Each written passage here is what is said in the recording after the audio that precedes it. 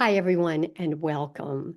Welcome to the Patricia Raskin Positive Living Show right here on voiceamerica.com, America's Voice. And this is the program that shows you how to turn your obstacles into opportunities and your problems into solutions and make your dreams come true. We're in our 24th year right now. I started in 2002 on Voice America. I've done many programs on different networks and still do, but I have stayed with Voice America all these years, and I am so happy that I have. They have wonderful shows, almost 300 programs that really will inspire and enlighten you. So check it out, voiceamerica.com and Libsyn as well. They are now on Libsyn. Now, today we are talking about something that I think all of us really, really need. I don't care how well we communicate. We all need to communicate with courage because there are going to be times when we just don't stand up, no matter how smart we are or how much we teach this. So how do we communicate with courage? And my guest expert today to talk about this is Michelle Gladieux.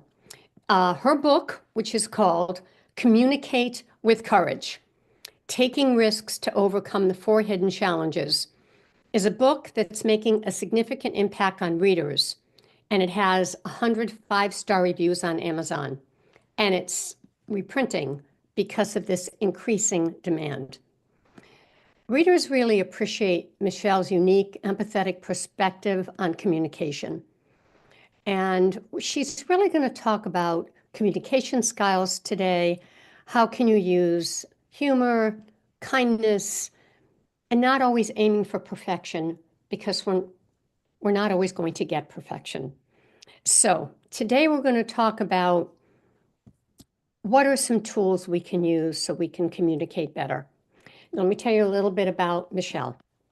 Michelle Gladieux is the author of Communicate with Courage. She's president of Gladieux Consulting, a Midwest-based firm known for top-notch design and presentation of seminars in communication and leadership topics around the United States, celebrating 20 years in business in 2024.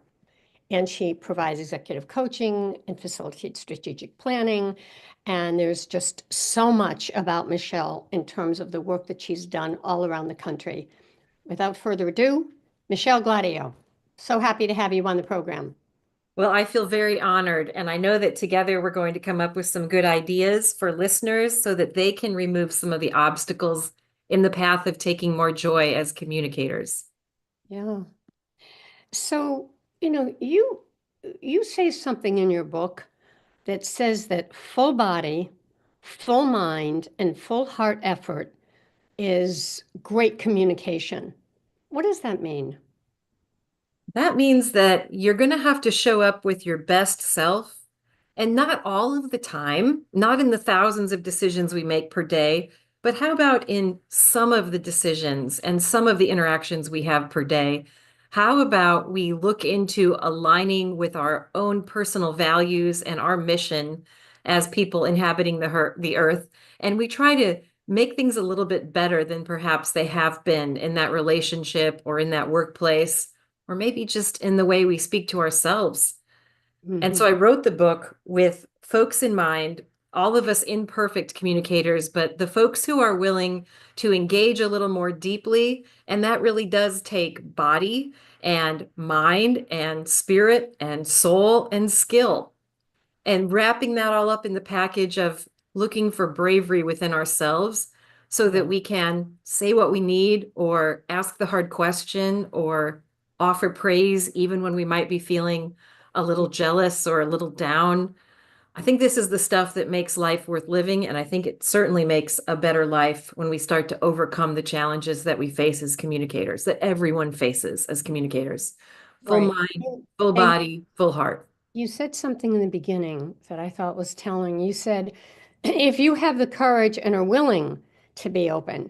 I mean, there are people that you can communicate and they'll just say, it's your fault.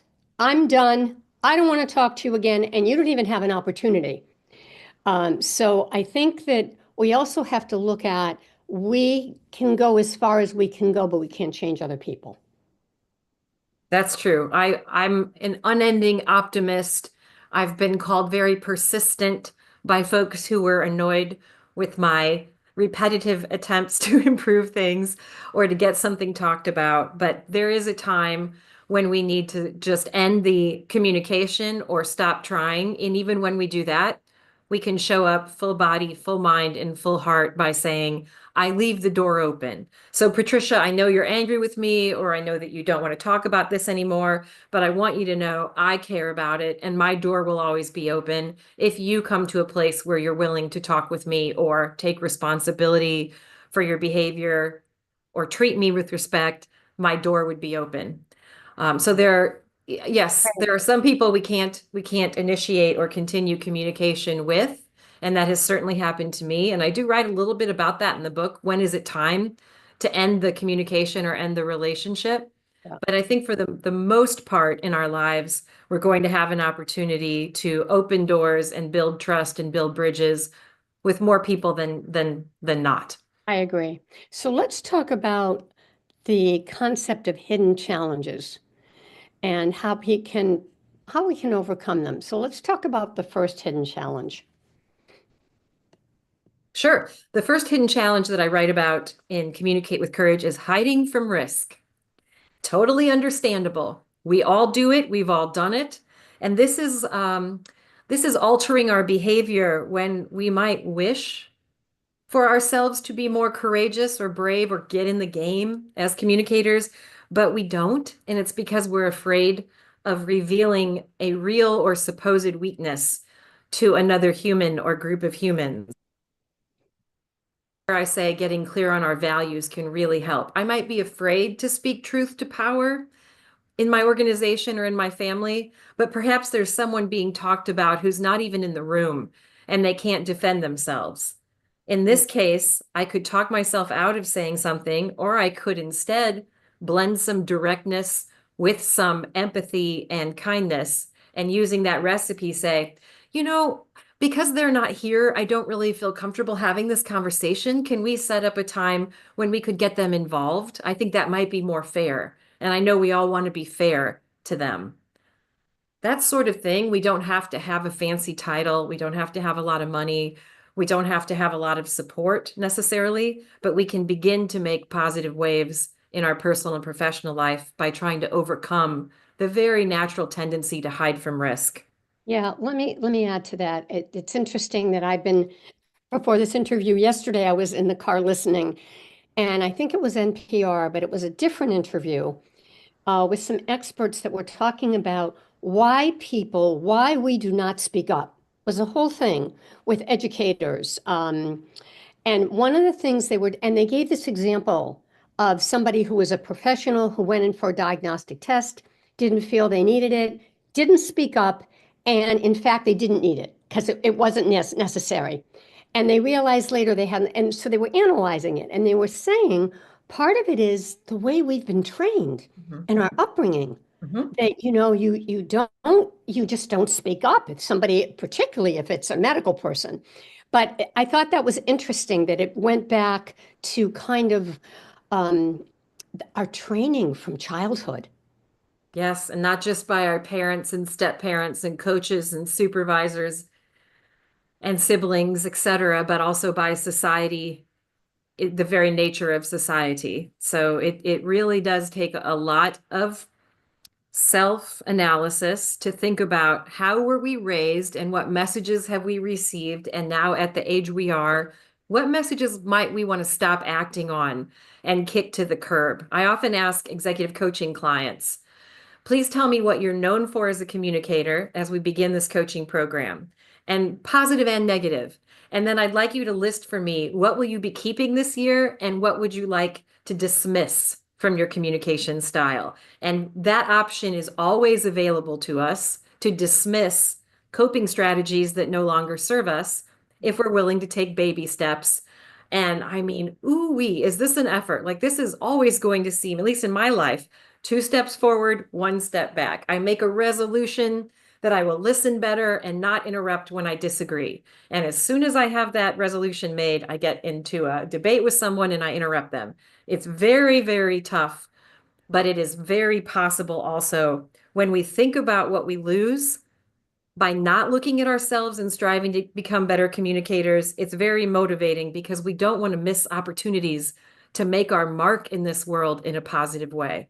Right. One of my favorite stories in the book, I wrote with personal stories and about real people rather than in case studies and parables. Just because I think that's the way I learn best, and I think that's the way a lot of adults learn best. And one of the stories is about a memorial service that I attended for a family member, and what I was hearing about that family member as people would approach me and tell them about the impact that person had on their life and how that was so healing to my heart. And I really want to involve readers and listeners to this book in thinking about what will people say about you? What will your legacy be when you're no longer on the earth? People will not remember the times that you decided to go along, to get along, and to not put yourself out there. They're going to remember when you said a little bit more than you had to, or you showed a little bit more empathy than others. And I call those kinds of things pro moves.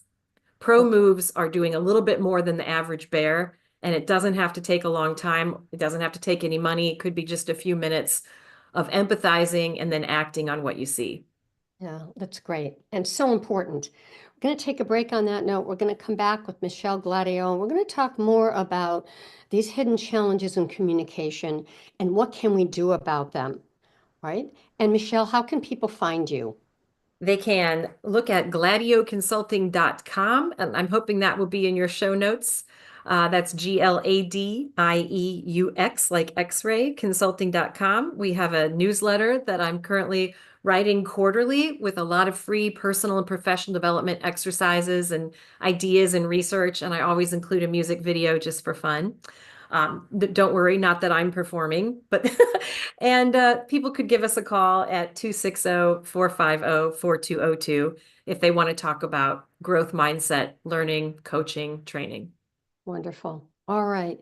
And Michelle Gladieux is the author of Communicate with Courage, Taking Risks to Overcome the Four Hidden Challenges. She's president of Gladieux Consulting, a Midwest, tongue-tied here, a Midwest-based team known for top-notch design and presentation of seminars in communication and leadership topics around the U.S., celebrating 20 years in business in 2024.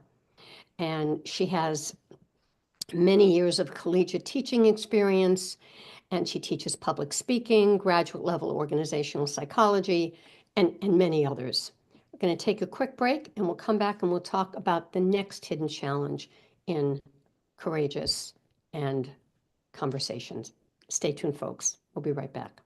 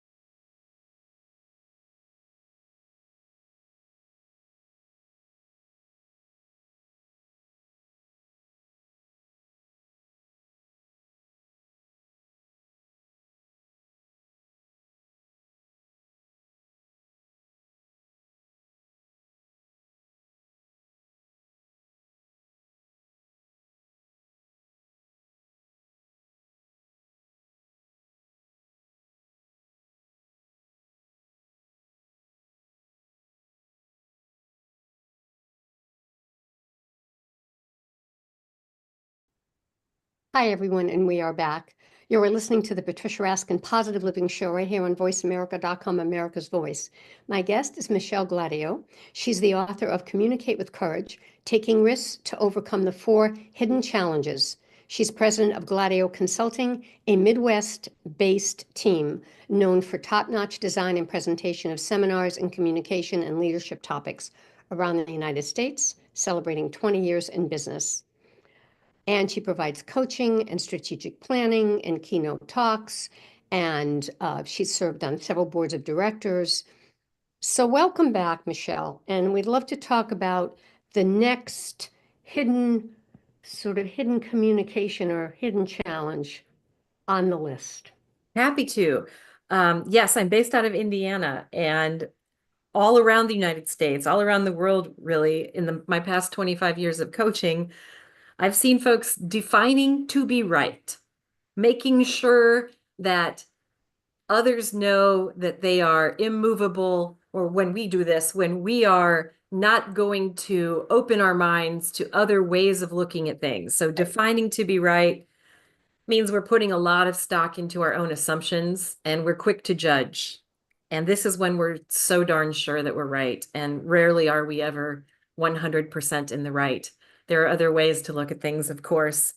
And even if we are right, others want to be heard. So I write about how folks can overcome this tendency so that people aren't afraid of dealing with you. And so people aren't tired of dealing with you, to be Right. blunt.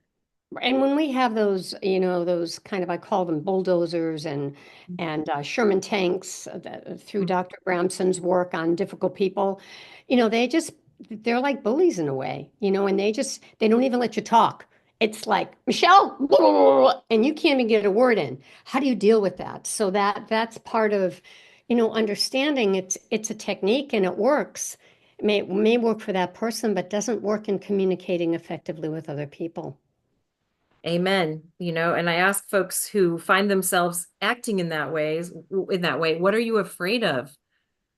Why is it so hard to say, well, we see it differently? Tell me how you see it. Please tell me how you see it is a great way to build trust and build relationships so that people don't become tired of dealing with you, or they don't avoid asking your opinion or sharing their opinion. I was just coaching a company founder today, and I told that person, I think you're telling me you're very open to constructive feedback and hearing others' opinions, but I'm a pretty courageous communicator, and it takes me a little self-talk with myself to get ready to tell you what you don't want to hear. I can imagine how your employees might be afraid to tell you what you don't want to hear. And so then gave that client some goals towards being more approachable. But what we can do if we are defining to be right is stop putting so much stock into our own assumptions and assume that it's interesting and important to be curious about how others view a situation, even if you know you will not be moved from your decision or change your mind. Mm. Be open to hearing what's important to other people and celebrate when you have the guts to accept that you were wrong or that your hunch was incorrect. That's a big deal. And we talk about what great leadership is, and we write a lot of leadership programs and training. I would follow a leader who's willing to admit that they were wrong anywhere, especially if they'll do it publicly, because Yeah. it's so rare. Yeah. Michelle, do you do coaching around this where you actually will work with the leader and you'll give them scenarios so they can practice? Yes, absolutely. And our personality assessment process really helps because they're holding a 14-page results report all about how others see them, where their Mm. natural strengths and weaknesses are.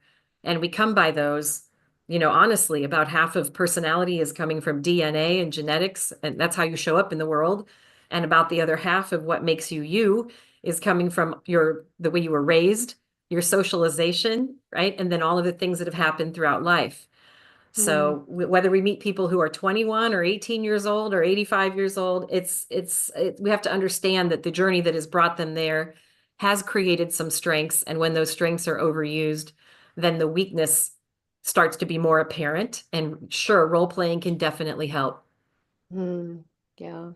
I just want to share something based on what you said because it's in my mind and I think it's a really important example of what you said about leaders.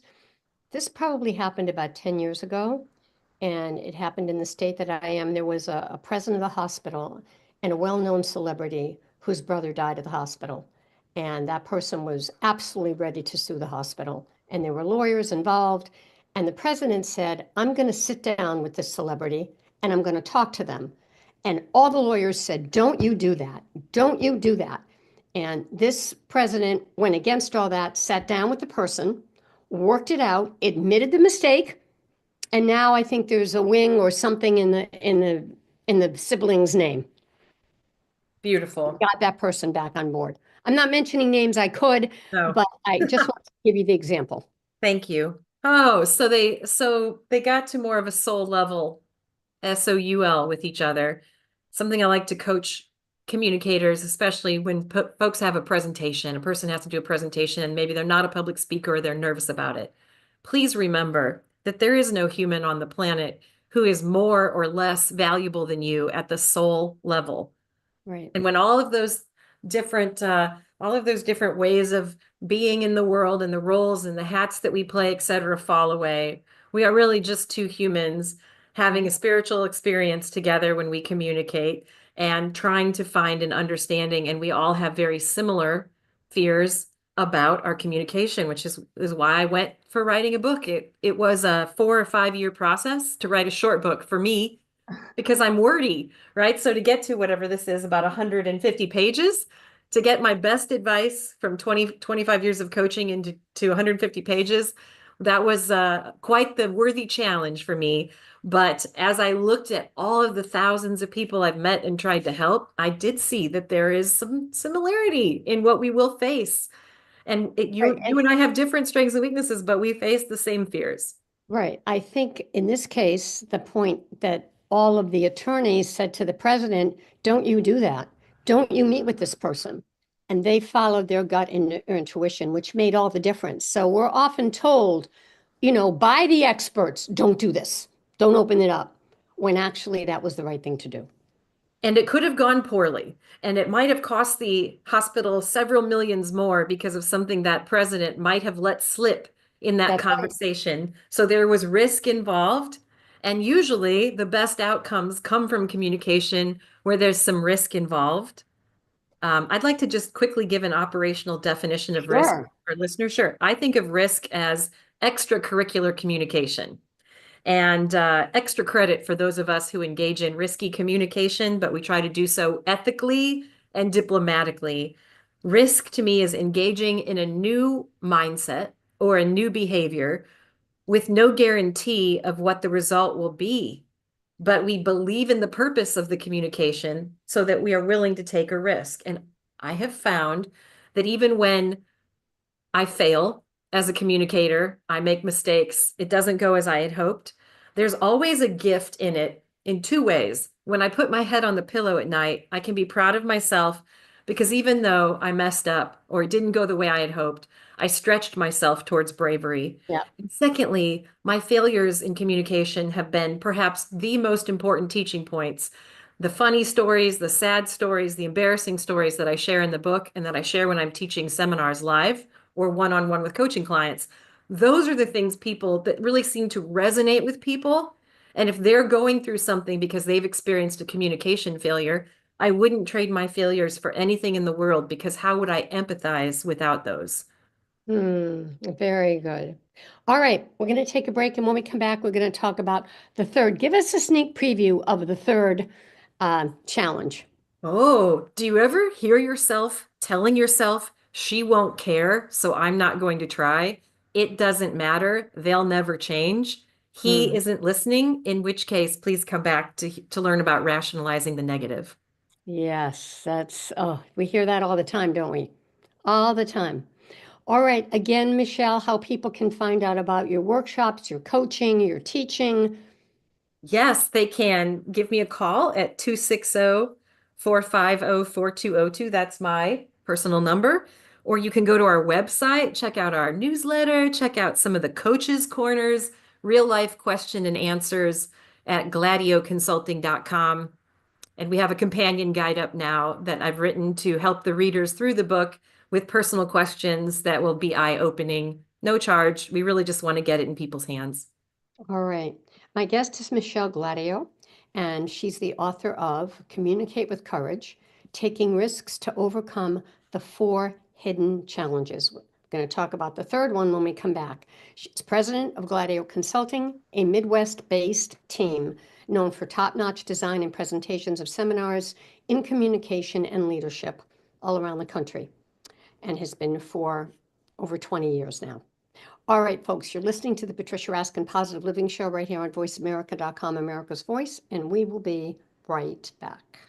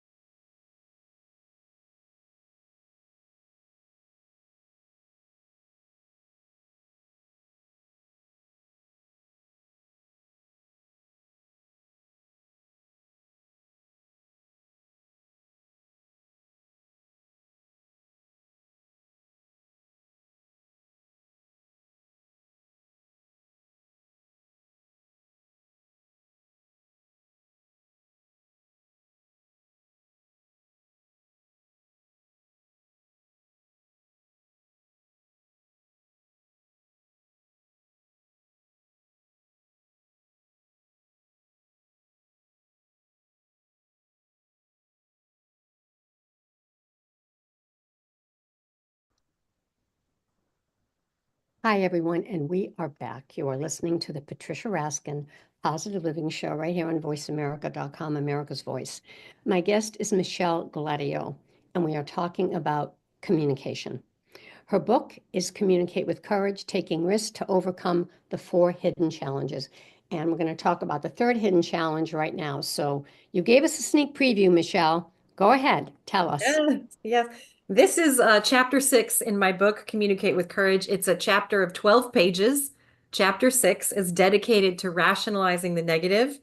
And that's shielding ourselves from taking chances to say the hard thing. We talk ourselves out of it.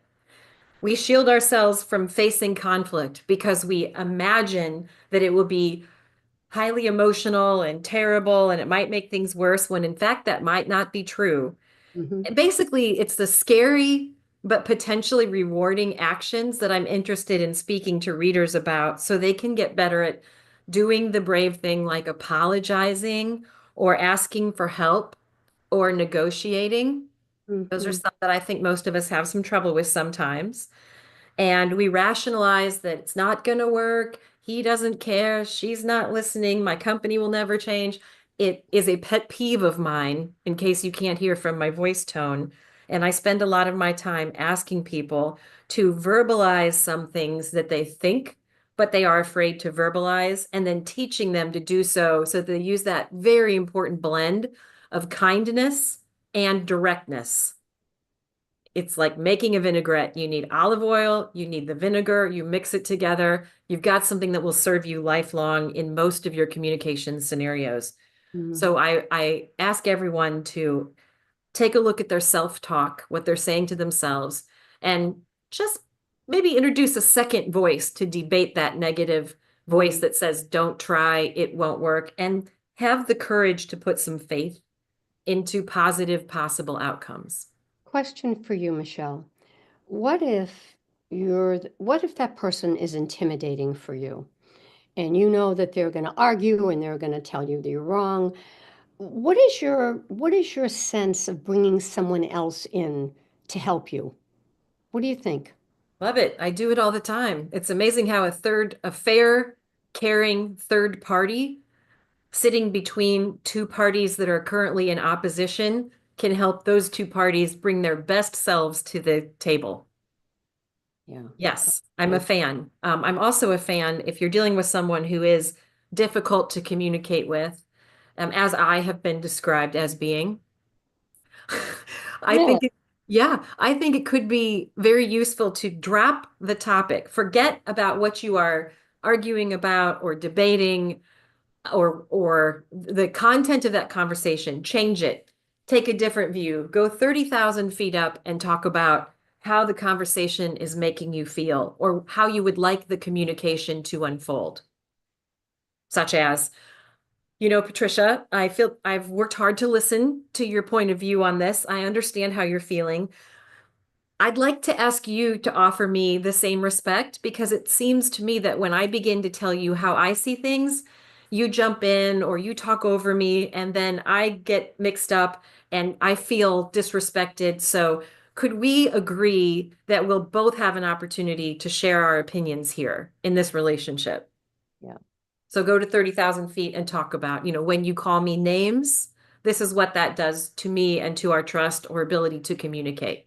When Mm. you give me the silent treatment, here's how that feels to me and how it is damaging our relationship. When you don't give me credit or my team credit for Yeah. projects we've worked so hard on, and I know you're very busy and you mean well, but we really need for you to help us be more visible in this organization. So I wanted to bring that up to you, and I thank you for being willing to hear constructive feedback.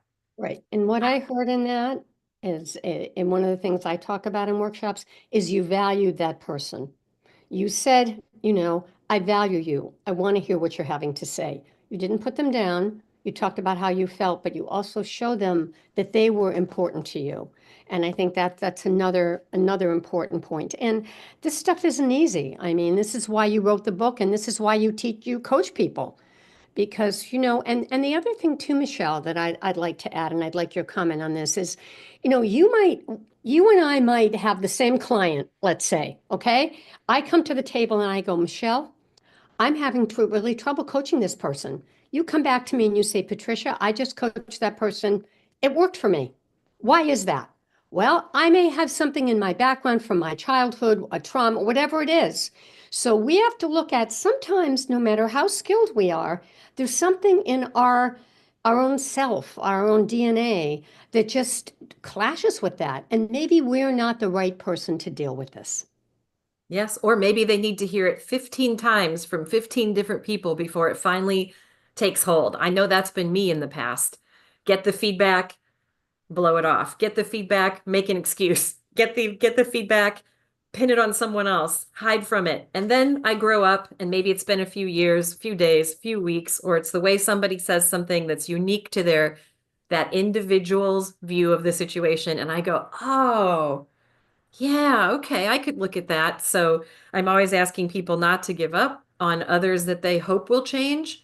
They Mhm. have to make the choice themselves to change, of course, in their communication styles, what we're talking about here. But you might be just the person to offer that feedback in a way that gets them interested in listening to it. Give it a shot. If it doesn't work, maybe you were number 7 and number 8 will have some success with that person.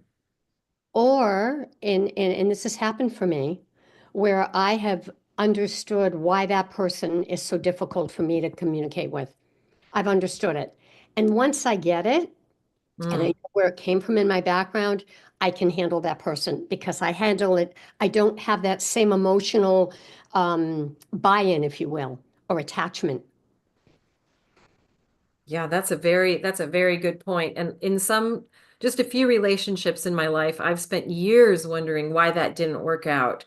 And it seems like the further I get from the ending of a relationship, the more I can see how my own behaviors or emotional reactions or mindsets might have played a part.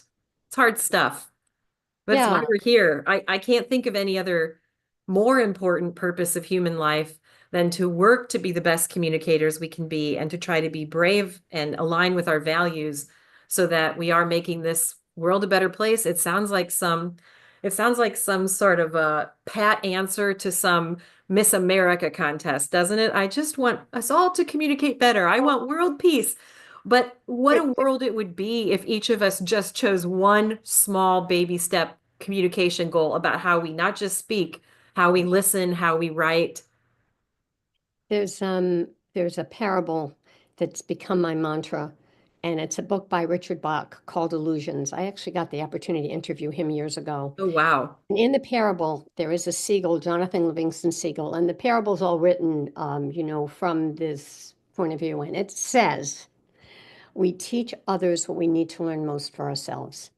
And I think if you look at the work you do and you look at the work I do, this is why we keep doing it, right? Because we keep learning and we keep growing. So, Well, that's a brilliant insight. And I've done a lot of interviews in the last year or two, and I haven't been brought close to tears by a quote that someone shared with me, but that one really gets me. And I think as public speakers, as communicators, when we are willing to identify that we're on the road, just like everyone else is on the road, twisty, turny, we're right where we should be, but certainly it slings and arrows throughout life. And so lifting each other up through communication and lifting ourselves up, checking that negative self-talk. Is it real? Is it accurate? Do you need it? Do you still need it? When I work with coaching clients on figuring out what they're saying to themselves, and they'll often bring me a list of it's hard, the negative things that they say to themselves sometimes on a daily basis, and we hold it in the light together. We look so at it in the light and we see what's true and what we can cross off. Boy, the just their posture changes. Their yes. shoulders come down away from the ears and they realize, oh, I've been beating myself up with old messages that aren't true anymore. All right, give us a sneak preview to the fourth hidden challenge. Up to Every single person that is enjoying this conversation, hopefully, could be enjoying more rewarding outcomes in their relationships if they would try to overcome the tendency to settle for good enough. Mhm, mhm. In a lot of things. Yes. Yeah. Yeah. If I've heard this once, Michelle, I've heard it a million times. Patricia, nothing's perfect. I mean, really, nothing's but and whenever I'll say something about something, well, that's okay. Nothing's perfect. It's as though accept what you've got and just accept it. Whether and I think that's something that we can look at, right? I mean, that's true. Nothing's perfect. But can you accept this thing? And if you can't, then you got to look at that, right? We can Because strive for A plus and we won't always achieve A plus outcomes, but if we're not striving for A plus, we'll never enjoy B plus or A minus. All right, we're going to take a quick break. And my guest is Michelle Gladieux, and her book is Communicate with Courage, Taking Risks to Overcome the Four Hidden Challenges. And again, she's the president of Gladieux Consulting, a Midwest-based team known for top-notch design and presentations of seminars in communication and leadership topics, right? And when we come back, we're going to talk about this fourth hidden challenge. And, how do we not just always accept things, but then really look at how is it tied to our values? Michelle will share all about that with us when we come back. Stay tuned, folks. We'll be right back.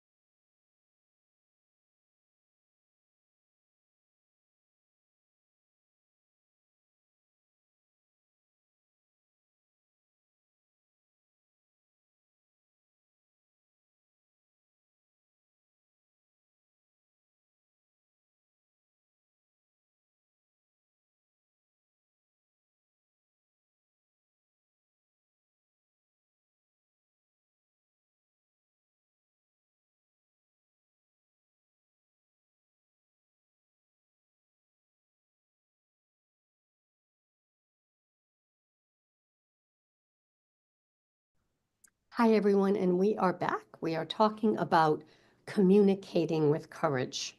My guest is Michelle Gladieux, and her book is Communicate with Courage, Taking Risks to Overcome the Four Hidden Challenges. She is the president of Gladieux Consulting. And she does executive coaching, she does strategic planning, public speaking, she teaches psychology courses. She has delivered over 1,000 professional development seminars on leadership and communication topics around the country. Welcome back, Michelle. Thanks so much for having me. Hey, let's do the fourth hidden challenge of communicating with courage. Let's do it. I've identified the fourth hidden challenge that can be an obstacle to our growth as settling.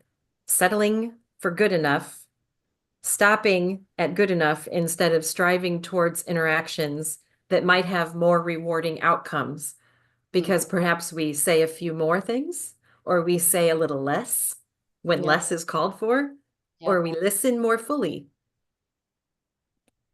And sometimes what we start is important, but sometimes what we stop doing is important as well. So I didn't write this book, nor am I coaching folks to always do or say more or be more direct or more forthright. Sometimes it's smart to sit back a little and let someone else do a little more talking. For example, if you're part of a family, a romantic relationship, or a team where words come to you easily and you're happy to share your opinion and you're hearing less of the other person's opinion, maybe we invite them in so that they get a little more talk time, and we can do that by using open-ended questions. So it's unending the ways that we settle as communicators, but the truth is there's often much more we can do to improve the situation as communicators than we realize. And I hope the book will open some eyes to that for folks who want a better personal life relationship or better professional relationships. Talk about the guide that goes with the book. Okay. We put together, I think it's a very fun and intuitive, streamlined guide, the companion guide for Communicate with Courage. And we put that on our website, our company website at gladieuxconsulting.com.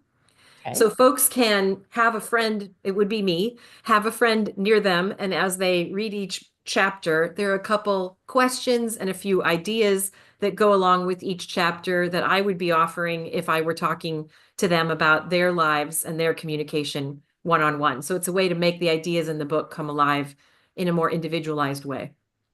Do you have something in the book you'd like to share? A I do, story? I do, I do.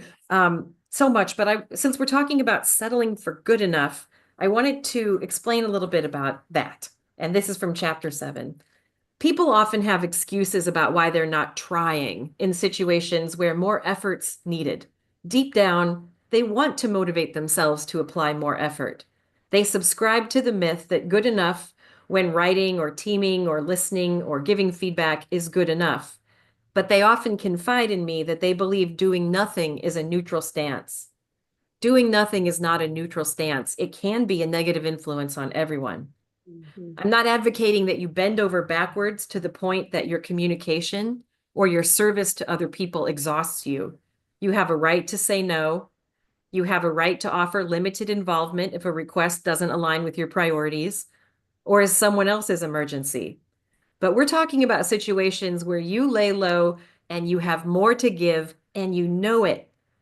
You suspect if you try to do more than is required as a communicator in some situations, it might blow up in your face or not go well. Even so, that outcome can present an upside. You can't make this kind of stuff up. The screw ups that inevitably happen when we least expect it, but you can use those learning moments to become a much more persuasive communicator as you take the risk to share your less than shining moments. Mhm. Yeah, I and it's I was risk. It's Go all, ahead. it really is risk, It really is Michelle. risk, and it Happen. really feels good at the end of the day if you're aligned with your purpose, your mission, you have a strong sense of what's right, or you just want to give another opinion some airtime. You Right. want to speak about how you're feeling, and this can also be the happy stuff, praise and thanksgiving. The world needs more of both, and everyone around you is seeking some type of recognition that they're probably not getting. So I try to notice, it's as simple as if I'm in a restaurant and service is great. Instead of just telling my server that, These days, I'll hang out for another couple minutes and ask if I can speak to the manager, letting the server know everything's fine. I just want to give you a compliment to your manager. Manager comes over. It didn't take a lot more time for me to say, congratulations on hiring and retaining this person, because they sure just made this lunch meeting so much better with their great people skills or their ability to memorize the order or whatever it is, making things Makes, right. makes a huge difference. Huge And it difference. feels good when, so I, if you ask me what maybe one wish that I had, I wish that everyone listening would think about someone that you're grateful to have in your life, even if they're frustrating Mhm. sometimes. Absolutely. Closing thoughts. What would you like to leave our listeners with? Remember that there's a lot of power in one person's communication, and that one person is you. If you're willing to look at yourself, investigate some of these challenges that hold us all back at different times, and then choose just one challenge to take baby steps towards, you will reap the rewards personally, but so will everyone around you. And you can use humor to announce your goals to others so that they understand you're changing and you're growing at any age, and they begin to see you differently in a more attractive light. Yeah. And tell people how they can find you again. Yes, ma'am. You can find me at 260-450-4202. That is my cell phone number here in Fort Wayne, Indiana, where my office and my team is headquartered. And you can visit us online at gladioconsulting.com. And I would love it for you if you would just come take a look at some of the Q&A, the Coach's Corner articles, the research summaries. We've got a lot of free tools and a companion guide to this short book that I hope will be one of the most powerful books that you read this year. And Gladio is spelled Gladieu. So X. Yep. X. Yep. Yes. Thank you. French last name. I named the company to honor my parents. They're deceased, but they sure put a lot of importance on education and communication. They taught me how important that was. So I did name my consulting company an impossible to spell French last name, but I like it because it reminds me of mom and dad, and I hope that I hope they know how grateful I am to them. Yeah. And your book came out recently, or this is a reprint of the book? No, it came out recently. It came out at the end of 2022. And, we've been thrilled to have it win literary awards, and keynotes are going well. So I always love to bring it to conferences. Yeah, that's wonderful, Michelle. Thank you so much. It's been very inspiring to have you on the program. Thank you. And I'm looking forward to staying in touch with you after the interview. Thank you. All right, stay on the line for a minute. All right, everyone, that wraps up this edition of the Patricia Raskin Positive Living Show. To find me, Patricia at patriciaraskin.com. If you'd like a copy of my newsletter, which comes out the first of every month, you'll see all of these great guests and descriptions of their work on the newsletter. Also, if you would like to get your positive message out, I've interviewed over 5,000 guest experts in my career. I'd love to help you. I'd help you craft, kind of like writing your book, setting up your podcast. So contact me, Patricia at patriciaraskin.com. Remember, stay healthy, stay happy, get the support you need, and know you can make your dreams come true. Until next time, I'm Patricia.